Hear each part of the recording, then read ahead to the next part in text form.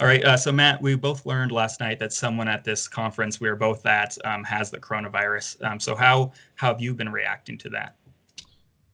I was pretty nervous last night. I was pretty upset. I have an immune compromised person in my house. My wife takes medicine that flattens her immune system, so it's kind of scary for me. But I read what the information was that IRE was sending out. I called the health department here in Lancaster County and talked with somebody there and walked through their questions, and they determined that I'm not a candidate to be tested. I have no symptoms. I don't even have a runny nose right now, which is pretty great for this time of year.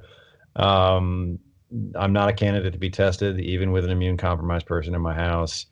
I have no symptoms. It's a very unlikely chance that I came in contact with this person and picked it up. So that was fairly that helped. That was a little bit of a relief, but on the other hand, I'm not stupid, and I'm taking some precautions now here at work.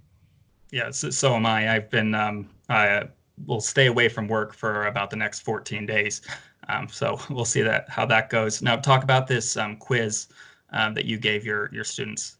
Yeah, so I teach 4 classes, and I've given the quiz in every class, and it's just 5 questions, and it's trying to help me plan for what happens if and when the university closes down face-to-face classes. And I'm not certain that the discussion that's going on around that at sort of a broad level, I'm certain that the university is considering this, but I know that others aren't. That not every student who is here at the university can just jump in their car and drive home. We have out-of-state students who are relying on university housing to have a place to stay.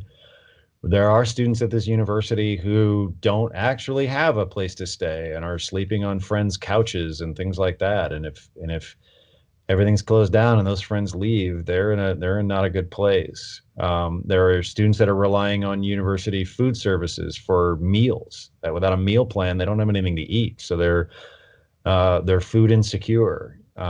So if everything closes down, it's not just as simple as moving classes online. It's hard to ask a student to show up for an online class when they may not have reliable Wi-Fi at home. So I'm asking students about that. Do you have a reliable laptop? Do you have reliable internet access at home? What speed is it?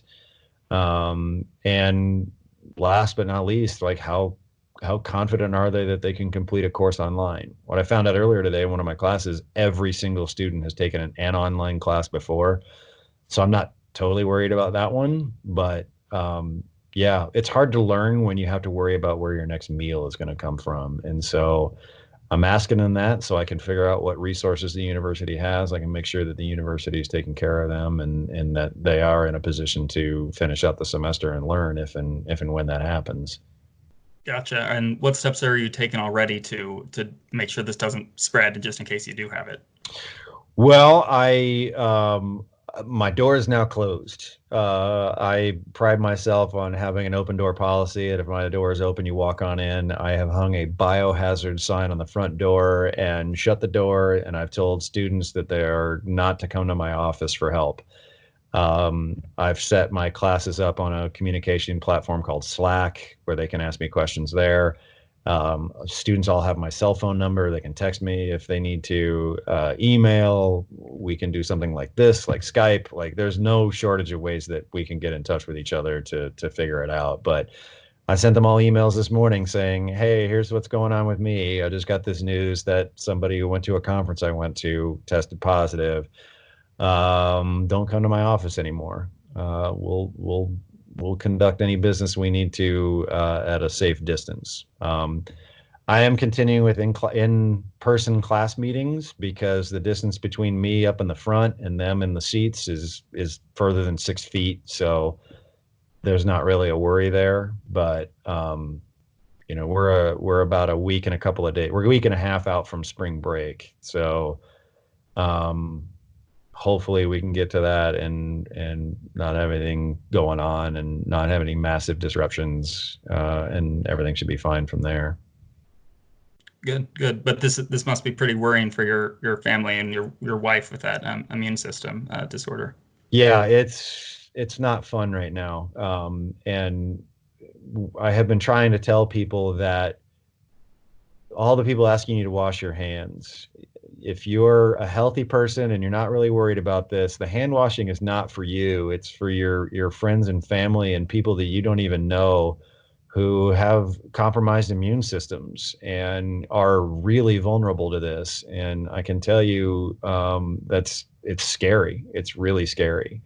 I'm washing my hands a crazy amount right now, um, and it's not because I feel sick or anything like that. I don't. It's because I'm scared to death and I'm going to bring this home. So please, everybody, listen to what they're saying. Wash your hands. Be smart.